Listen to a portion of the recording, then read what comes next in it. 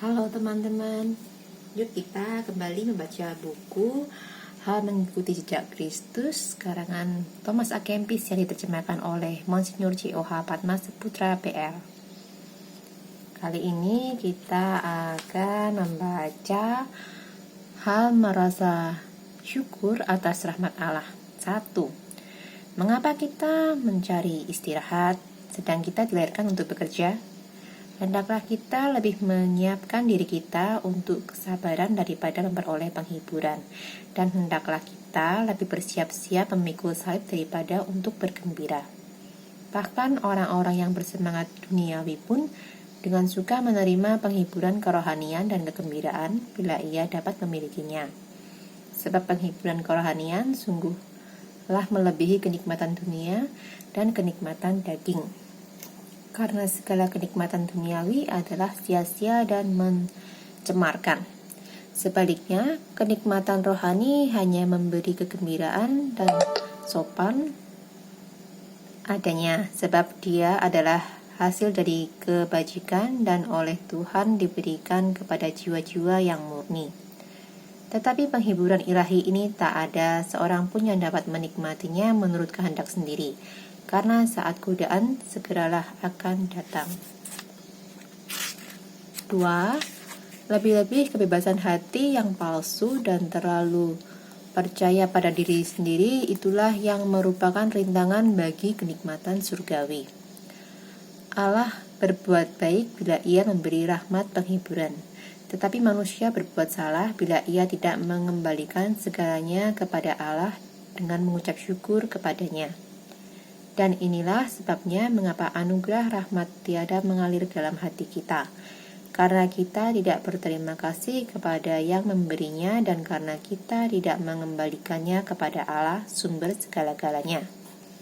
Sebab kepada mereka yang cukup berterima kasih selalu diberikan rahmat, dan dari yang sombong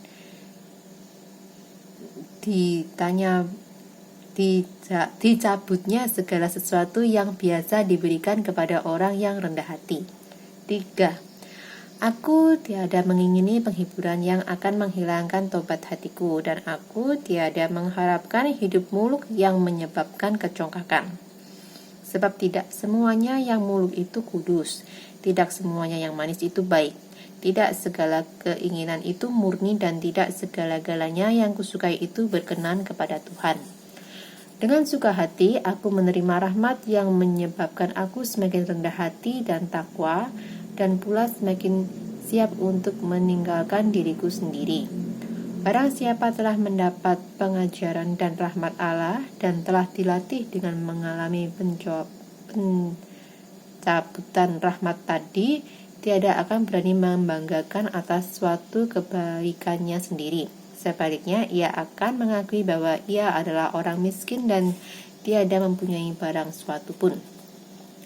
Berilah kepada Tuhan barang yang Allah punya, dan akuilah yang apa kamu punya. Artinya, hendaklah mengucap syukur kepada Tuhan atas rahmat-Nya, tetapi lemparkanlah segala kesalahan kepada diri kita sendiri dan hukumlah diri kita setimpal dengan kesalahan kita. 4. Hendaklah kita selalu memilih tempat yang terendah dan kita akan memperoleh tempat yang tertinggi, sebab yang tertinggi hanya dapat berdiri atas dasar yang rendah. Mereka yang bagi Tuhan merupakan orang kudus yang terbesar, dalam pandangan diri sendiri mereka adalah yang terhina, dan makin banyak mereka menerima kehormatan, makin rendahlah ia merasa dirinya.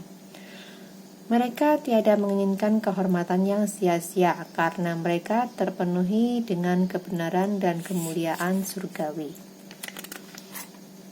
Karena mereka mempunyai dasar dan kekuatan pada Allah, maka tak ada alasan ataupun satupun bagi mereka untuk menjadi congkak.